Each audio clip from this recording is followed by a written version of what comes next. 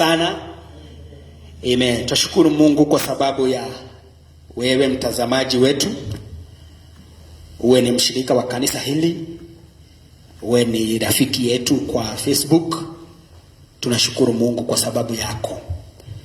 Na tunaomba ya kwamba Bwana atanena na wewe hata kupitia hii hali ambayo Mungu ametusaidia ya kukufikia. Tunataka pia ujue ya kwamba messages zetu unaweza zipata kwa YouTube. Tuko na YouTube channel, lakini ni baada ya ibada we upload them and they are shorter than the entire service, na utabarikiwa pale na Bwana atanena nawe. Nashukuru Mungu kwa nafasi hii, nashukuru mchungaji wetu, nashukuru wale ambao worship team ambao wamejitolea kuwa hapa kwa ibada 3 kila Sunday. Bwana wabariki sana kwa sababu ya kumtendea kazi. Nataka tuende pamoja katika kitabu cha Zaburi 13 tunapomalizia our series ambayo tumekuwa nayo kwa muda wa majuma matatu. For 3 weeks we've been going through this series entitled From Disappointment to Hope. Tunaweza kutoka aje kutoka hali ya kuvunjika moyo na tukawa na tumaini tena. Na tumeangalia mambo kadhaa, 2 things to be specific. And we've said that disappointments come when our expectations are not met. Wakati matarajio yetu hayafiki. And it is human to be disappointed. Tukasema Jumapili iliyopita ya kwamba disappointment huja wakati mbingu zimenyamaza. When heaven is silent, we get disappointed. Na najua naongea na watu ambao wanampenda Bwana, wanamwamini Bwana, wanamtumikia Bwana. Lakini kwa wakati huu, kwa sababu ya vile hali zilivyo, they are disappointed. Na najua Mungu kupitia neno hili amekuwa akinena nawe, na utatoka kutoka hali ile ya kuvunjika moyo na uanze kutumainia Mungu tena. Wacha tusome kwanza alafu tuendelee. Psalms chapter 13. Biblia inasema hivi from the NIV version. How long, Lord, as a question, will you forget me forever? How long will you hide your face from me?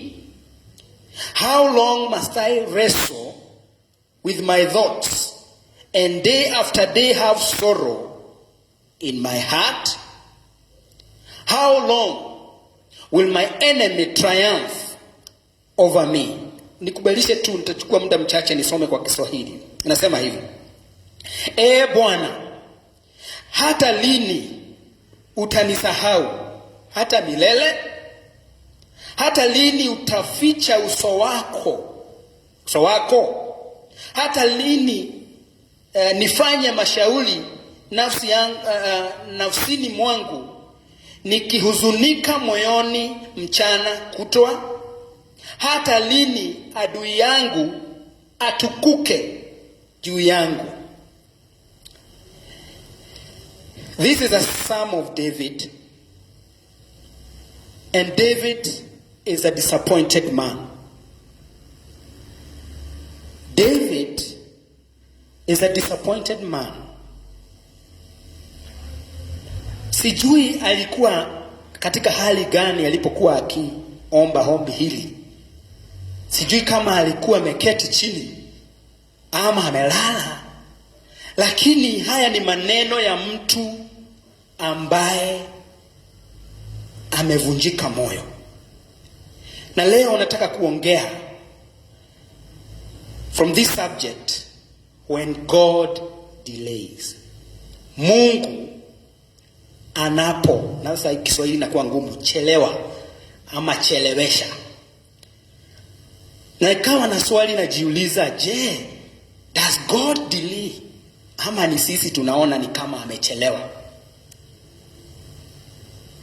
Tunaposoma neno la Mungu kuanzia mwanzo mpaka kitabu cha Ufunuo, wanadamu wamekuwa na shida na hii hali ya Mungu kutofanya mambo upesi jinsi wangetaka. People have been troubled by delays of God. We call them divine delays. People have been troubled throughout history. Katika kitabu cha Mwanzo, Mungu amemtokea mtumishi wake Abrahamu. Amemwahidi mwana. And it's after the promise God disappears. Kwa sababu hii ahadi haitatimika. Haikutimika mpaka miaka 25 baadaye. Nataka ujiweke katika viatu za huyu mtumishi wa Mungu. A promise has been given, and then you have to wait for it 25 years. Na alipochelewa sana Mungu kutimiza hii ahadi, Abraham tunavyojua katika kitabu cha Genesis 16, akatafuta njia ya kando. Akaona nimegoja huyu mtoto wa ahadi sana. Naye mke wake akamwadvise akasema, pengine Mungu alitaka tupate huyu mtoto wa ahadi kupitia kwa kijakazi wetu. Na tunajua vile kuliendelea, wakapata mtoto na mtumishi wake Hagai. Mtoto anaitwa Ishmael. Kwa hivyo kuanzia mwanzo watu wameanza kusubuka. Na kwa nini hili swali? Kwa nini Mungu huchukua muda mrefu sana? Katika kitabu cha Exodus, in the book of Exodus, Mungu amesikia kilio cha watoto wake wakiwa Egypt. Amewatoa pale, lakini Biblia inasema katika Kutoka 13:17, Mungu hakuwapitishia njia ile ya fupi, akawapitishia njia ndefu. Na tunavyojua hawa wana wa Israeli wakawa nyikani for 40 years. They were in the wilderness and they died there. A journey that would have taken few days ended up taking a generation, 40 years. Katika kitabu cha Samueli wa kwanza, Mungu amemtia Daudi mafuta awe mfalme. Lakini baada ya kumtia mafuta, it's like God disappeared. Na Daudi anasumbuka kwa sababu kwa muda wa zaidi ya miaka 10 anajificha kwa sababu and in the desert, a very lonely man. Na ni wakati ule ambapo tunaamini aliandika hii Zaburi. This is the time he wrote what we call Psalms of Lament. Zaburi za machozi. Anauliza hadi lini? Now in the Bible, when a word is repeated, this is for emphasis purpose. Akamuuliza Mungu mara 4 times. Mpaka lini? Mpaka lini? Mpaka lini Mungu? Mpaka lini? In Psalm 22, alilia Mungu mara Mungu wangu, Mungu wangu. This is not just for the sake of record. This is to show emphasis. In John chapter 11, Yesu amepata ripoti ya kwamba yule unayempenda Lazarus ni mgonjwa. Na badala ya kuja immediately, Yesu akakawia siku 2 zaidi. And when Jesus was coming back, Lazarus had been dead and buried 4 days in the grave. In the book of 1 Peter, 2 Peter, the first century, wale waumini wa kwanza after the day of Pentecost, wakawa wanasumbuka. Can I tell you, they died a disappointed lot because they were waiting for the coming of Jesus in their generation. They were waiting. Remember when Jesus was going up, 2 angels came and said, the one you have seen going will come back. And they expected Jesus to come in their generation. And he didn't. And they are so disappointed, Peter had to write to them.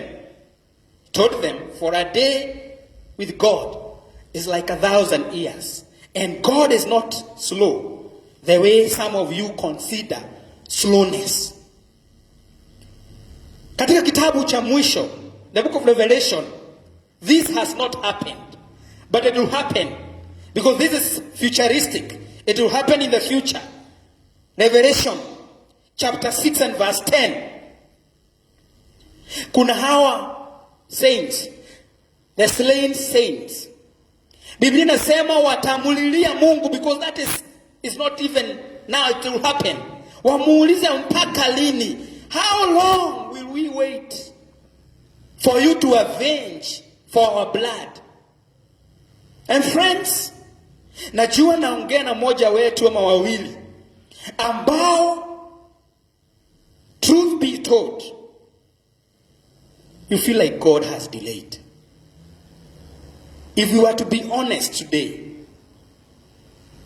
and you know, in your room, when you are alone somewhere, if you can be honest, you feel like, God, you are taking too long. And now frustrations come because we know God is able to fix this thing at once. And this is what causes frustration. David is so frustrated because he knows God is able to take me from here to the throne, but it's like he is not doing anything. We get frustrated because we know God is able to get us out of this mess and put us to where he wants us to be. But it's like he is not doing it. David now is a frustrated man in Psalm 13. The Bible says, I wrestle all night. Na naongea na mtu ambaye amekuwa akisumbuka usiku wote. Hupati usingizi. Kwa sababu mpaka lini? How long? Hii hali itakuwa na mimi. Hii hali itakuwa katika familia yangu. Mpaka lini? He says, number 2, my heart is filled with sorrow. Number 3, my enemy is triumphing over me. Adui yangu anaendelea vizuri. And consider this. Daudi anajua yeye ndiye anastahili kuwa mfalme. Mungu ametia mafuta katika kichwa chake. Saul, on the other hand, is rejected. But the one who has been rejected by God is enjoying life in the palace, while the king, the anointed one, is in the cave. This can be very frustrating. It can be very frustrating. And it's taking long. If it's one day, I can handle it. But it's year after year. I've been saying this is my year. And the year comes and goes. Then nasema hii ndio mwaka yangu. Na mwaka inakuja inaenda. Nasema hii ni mwaka wangu. It's my year of establishment. But nothing seems to work. And there are many people, many believers, that feels like God is taking too long. Baada ya Yesu kupata habari ya kwamba rafiki yake Lazarus ni mgonjwa na akakawia, he delayed. Baadaye alipokuja, alipofika nje ya kijiji, na hawa dada wawili, Mary and Martha, wakasikia kwamba Yesu yuko pale. Martha akatoka akakimbia. Lakini the Bible says, but Mary remained in the house. I want to assume that she felt frustrated. Hii ndio wakati unafika Yesu. Si ungekuja jana. Si ungekuja wakati tulitumana. And people, even as people gather in church on Sunday, there are people who come frustrated. They have that, what we call a merry moment. They don't want to be disturbed. Na mwalimu wangu akanifundisha one time. Akaniambia wakati mnasimama kwa madhabahu, either uwe mhubiri, ama kiongozi wa ibada, ama kiongozi wa nyimbo, don't be too hard on people. Yawezekana katika umati huo kuna mtu ambaye anapitia a Mary moment na hataki kusumbuliwa. Na it's so easy to get irritated. Waambia watu semeni amen. Na unaona somebody there anapitia a Mary moment. They are disappointed. They've had a hard week. They have been waiting for Jesus to come and heal their brother. And Jesus has delayed. So those of us who stand here, we need to understand. Sometimes we tell people, tell your neighbor, and you see 5 people who do nothing. You need to understand, they may be going through a Mary moment. They even don't want to see Jesus. Mary stayed. Nakumbuka huyu ni yule Mary ambaye wakati moja hangetoka kwa miguu ya Yesu. But this time he is disappointed. Huyu ni Mary wakati moja atamwagia Yesu ama alimwagia Yesu mafuta yake, very expensive. But at this moment she was very disappointed. And maybe you are there. You feel disappointed. You're trying to pray and you don't know what to tell God because it's taking too long.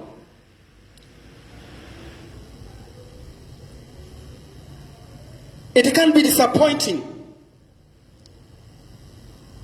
when God delays. Na wacha tuingie katika viatu za Mary. Mary mfuasi wa Yesu. Let's assume alifuata Yesu kila mahali. Wakati Yesu alienda kwenye harusi, Yesu hakukawia. Alipoambiwa hawana divai, he performed a miracle right there. Yesu alipokutana na mwanamke Msamaria, hakumkaa siku 3. Immediately Jesus ministered to her and changed her life. Wakati Yesu amekuta yule mtu ambaye alikuwa mahali for 38 years, instantaneously Yesu amembadilisha. Wakati Yesu amekuwa na makutano ya watu 5,000 na zaidi na hawana chakula, watu hatujui majina, watu wale watamsurubisha baadaye because part of that crowd. Lakini hawa ni wale ambao number 1 tunaambiwa majina yao, number 2 tunaambiwa na Yesu aliwapenda. Why is it that God takes time when it comes to ministering to those that he loves? And he seems to be coming. There was somebody who was sick for that 8 years. Jesus passed there, healed them. But when it comes to those that are mentioned by name, and Jesus himself loved them, watu ambao walimsavu Yesu akiwa kwao. Remember, one time, Yesu akatembelea hawa dada na wakampikia chai. Martha akawa jikoni anamwandalia chakula, naye Mary amekaa hapa. Ni hawa wale tu, wakati walimuita aje wakati wa hitaji, he took his time and they got frustrated. So how do we respond to delays? What is God doing behind the scene? 4 things, and I will be done in a few minutes. Number 1, God uses delays to prepare us. Mungu huchelewesha ili kutuandaa kwa sababu ya mahali tunaenda. Kwa sababu Mungu anaweza ona kesho. Sisi tunataka sasa hivi. Kama si sasa hivi. But God can see tomorrow. Biblia inasema katika kitabu cha Exodus, sababu ya Yesu kupitisha Wanaisraeli njia ndefu ni kwa sababu hawa watu hawakuwa wanajua kupigana. Na kama wangepitia ile njia fupi wangepatana na Wafilisti, na hawakuwa tayari kupigana kwa wakati huu. Yawezekana mpendwa mtazamaji, Mungu amechelewa kujibu hiyo ombi kwa sababu you are not yet ready for where God is taking you. You are not yet ready. They were not ready. Daudi hakuwa tayari. Yes, the anointing was on his head, but hakuwa amepitishiwa kwa moto. You can be anointed to be a great preacher, and God makes you sit for 20 years because you are not yet ready. Daudi hayuko tayari kuwa mfalme kwa wakati huu, hata kama mafuta imetiwa. God needed to work out something in him. And during that time, we feel like God is delaying. We feel frustrated. We ask questions. How long? How long, oh Lord? So number one, God uses delays to prepare us for where he is taking us. Kumbuka, children of Israel, the Bible says they had been in Egypt for 430 years. So their way of life, their mentality was very Egyptian, if I may say that. Yes, they are delivered, but Egypt is still in them. That's why at slightest provocation, walikuwa nasema Musa, turudishe Egypt. That's why the Bible says, wale watu wameokoka hivi majuzi, hata kama wamejazwa mafuta na wamejazwa na roho, wasipatiwe uongozi kanisani. The book of Timothy. Yes, wamejazwa na roho, but the world is still in them. It takes time. Si wanasemanga zize kutoa mshamba huko mlete mjini, lakini kutoa ushamba ndani, it takes time. That's what is happening. These people are delivered from Egypt, but they still have a lot of Egypt mentality in them.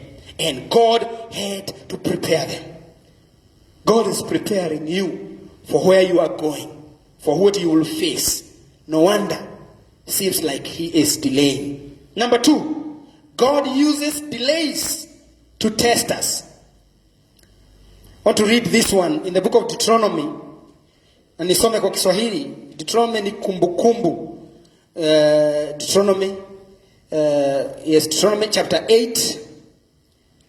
Nisome kwa haraka. Deuteronomy chapter 8. And verse 2.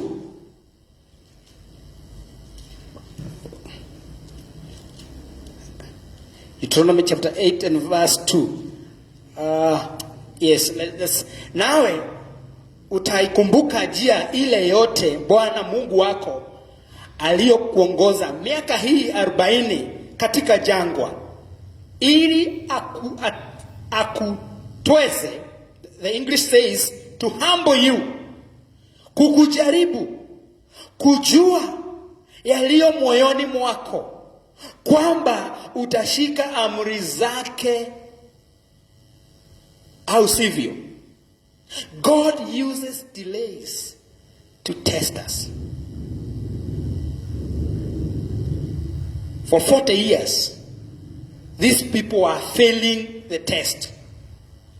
For 40 years, they were failing the test. They would complain and they would go around the mountain again. Wanalalamika, wanasema turudishe Misri, ulituleta hapa kwa nini? Mungu anaona hawa bado hawajakomaa, anawaambia rudia class.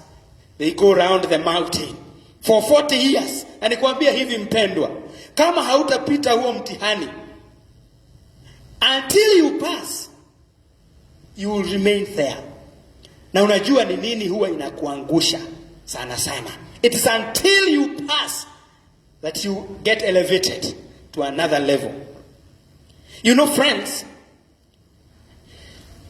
during this time of delay, the real you comes out. Ndio hata wewe unaanza kujijua. I thought I'm a patient person. So you start praying for patience. I thought I don't have temper. Lakini unapocheleweshwa, what is in you comes out. And you realize, I thought I'm prayerful. It is during that time of delay, na imenifanyikia katika maisha yangu, ambapo unarudi nyuma. Ama pengine nilikosea wapi Mungu. You search your heart. And God is happy. Because kama hajajibu immediately, haungechukua hiyo wakati. It is during that time of delays. Ama ni ile kitu nilifanya nikiwa high school. You go back. Ama ni wakati tuliongeleshana vibaya na so and so, ndio majibu ikuji. You go back. And during that time, you search your heart. You repent the sins that you know and those you don't know. And God in heaven is happy because delay has cost you to realize who you are. Mungu hutumia kutuchelewesha. God uses delays to test us so that we can also see what is in us, and to humble us, kutunyenyekesha. Wale watu ambao hawajapitia mambo ya kuchelewa katika maishani, somehow those people get arrogant, become arrogant. Na hii si maneno ya mtu ambaye amepitishiwa hiyo shule ya Mungu. If you hear somebody says I can never, mimi siwezi, huyu ni mtu ambaye hajapita hiyo shule ya kucheleweshwa. Delays put you in a place where all you have is God. That time humbles you. That time of delay makes you depend on God because you have nowhere else to go. God uses delays to humble us. Number 3, God uses delays for his own glory. Mungu hutumia hii wakati wa kutuchelewesha ili apate utukufu. Baada ya Yesu kusikia ya kwamba Lazarus ni mgonjwa, akasema, hii ugonjwa si ya mauti, lakini ni ya kuleta utukufu kwa Mungu. Na akagoja mpaka Lazarus akagojeka zaidi, akafa, akazikwa. Akaja siku ya 4. Nikasema hivi, katika history and traditions za watu wa the Middle East, the Jews waliamini ya kwamba mtu akifa moyo wake hauendi sana, uko around for 3 days. Na Yesu anajua their beliefs. Na kwa hivyo kama Yesu angefufua Lazarus siku ya pili, wangesema alikuwa amekufa, lakini the soul was hanging around. So Jesus had to wait until the situation became impossible. Na katika maisha yako, anagoja ili ukose mahali pengine pa kupiga simu, ukose mahali pengine na watu waanze kuongea. Because God is glorified when he allows you to go to a situation and people talk and people point at you and people talk and do all this, and then he comes and lifts you. Biblia inasema alipomwamuru Lazarus toka kaburini, the next verse says, and many believed in Jesus. And likewise in your case, after all this delay, once the Lord shows up, kwa sababu Mungu atakuja one of these days, na watu wameona umechelewa in whatever situation. Some of us, it's like God has delayed giving us a spouse. Some of us, God has delayed lifting us with the same position. Year come, year go. Other people get promoted at work, and we can get frustrated.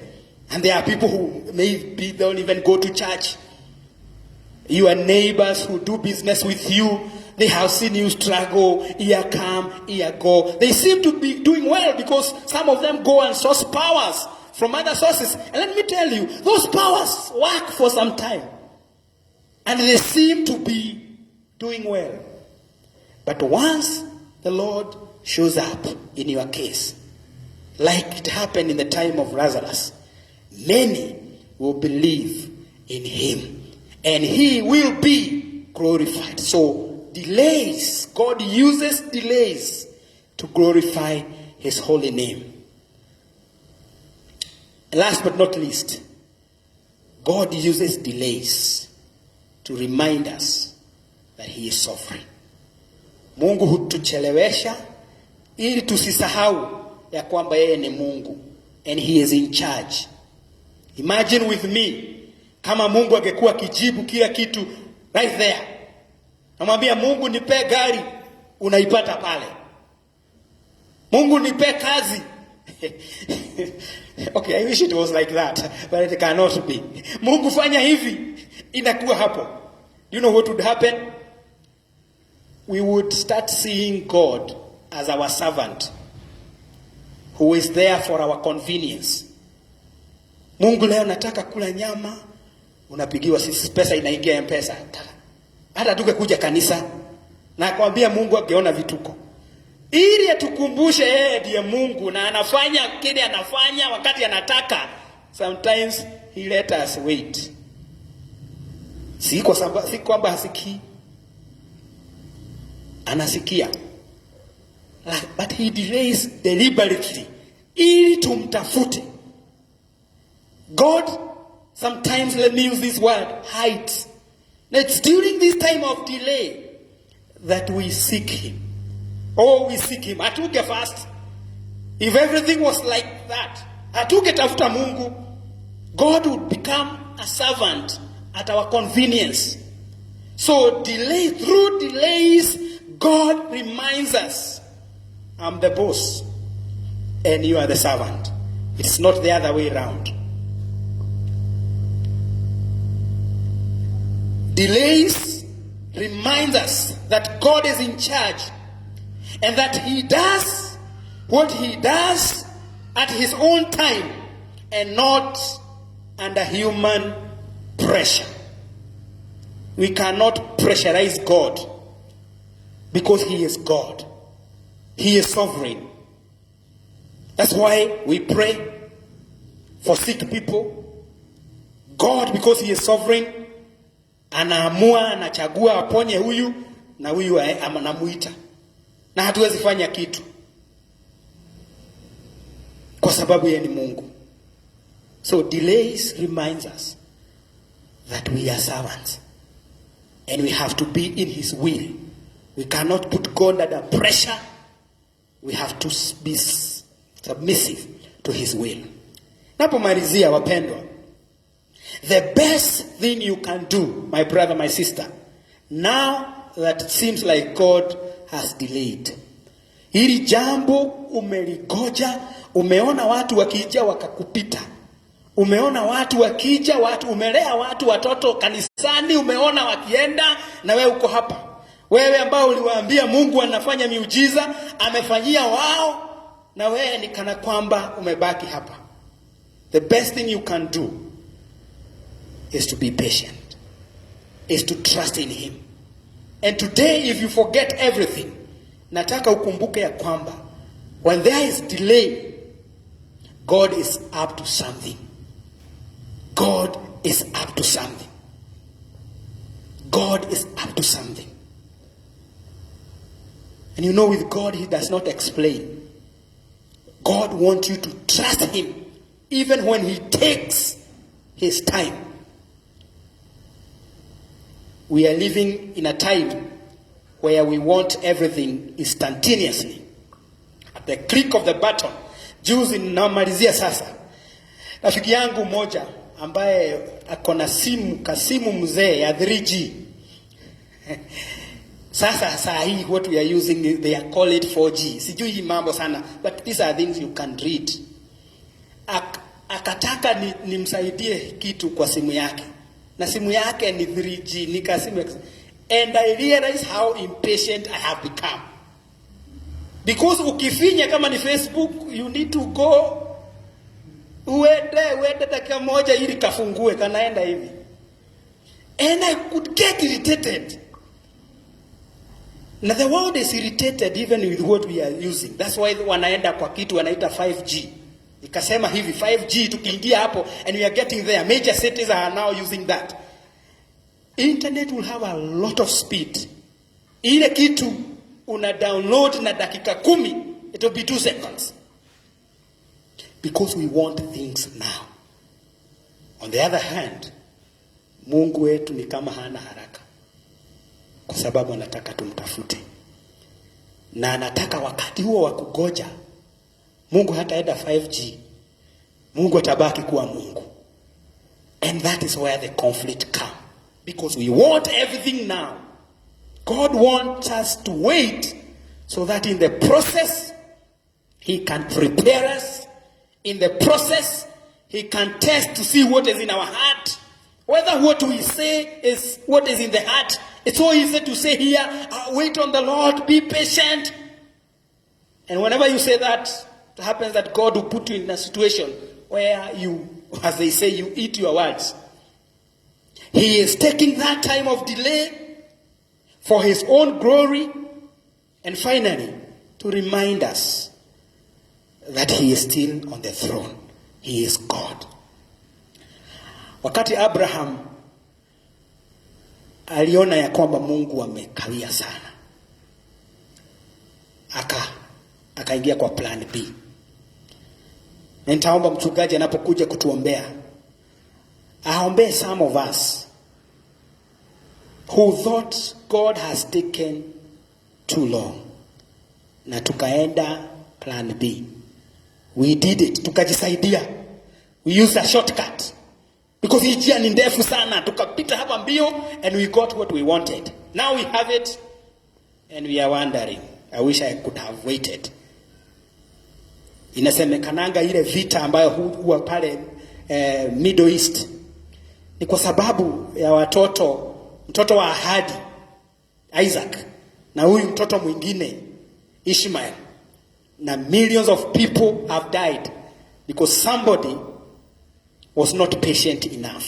Na najua kuna watu ambao you waited for God to bless you with a spouse, akakaa sana, kasema ukachukua mtu, now you are under stress. I believe God is a God of another chance. You thought hii kazi imekaa sana, you bribed your way, now you are there and you are not even able to come to God because ni kama ulimuacha ili upite and you feel like you have lost everything. I believe God will